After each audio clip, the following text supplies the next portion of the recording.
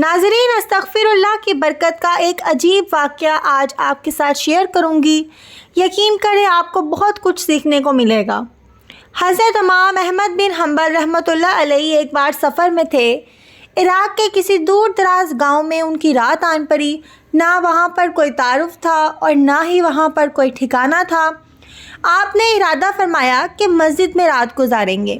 اب جب مسجد گئے تو چوکیدار نے داخل ہونے سے منع فرما دیا۔ اسے بہت سمجھایا مگر وہ ضد کا بہت پکا تھا، کسی بھی طریقے سے نہ مانا۔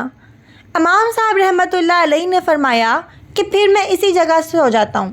مسجد کے باہر فرش پر لیٹ گئے مگر چوکیدار پیچھے پڑا ہوا تھا۔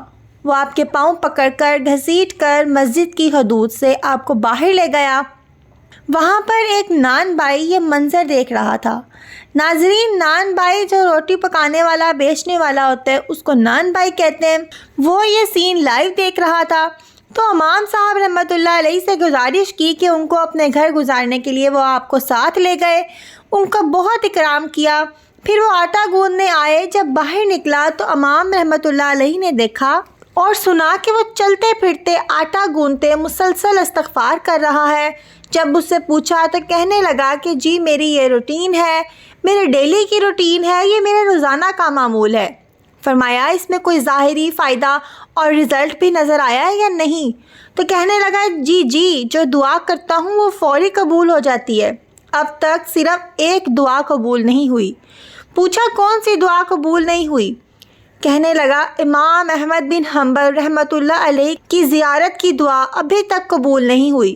آپ نے فرمایا جناب میں احمد بن حنبل ہوں، تمہاری یہ دعا بھی قبول ہو گئی اور میں یہاں آیا نہیں ہوں، میں گھسیٹ کے تمہارے پاس لایا گیا ہوں۔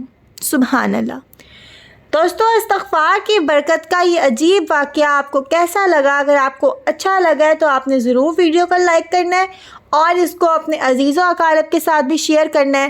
کیا پتہ آپ کے ایک شیئر سے اللہ پاک کسی کی زندگی بدل دیں، کوئی یہ نیک عمل اپنا لے۔ تو اس کو ضرور شیئر کیجئے اور اسی طرح کی مزید ویڈیوز حاصل کرنے کے لیے ہمارے چینل تنو وائس کو سبسکرائب کر دیں، ساتھ لگے بیل آئیکن پر بھی کلک کر دیں تاکہ فیوچر میں آنے والی تمام نئی ویڈیوز کے نوٹیفیکیشنز آپ کو بر وقت ملتے رہیں۔ اللہ حافظ۔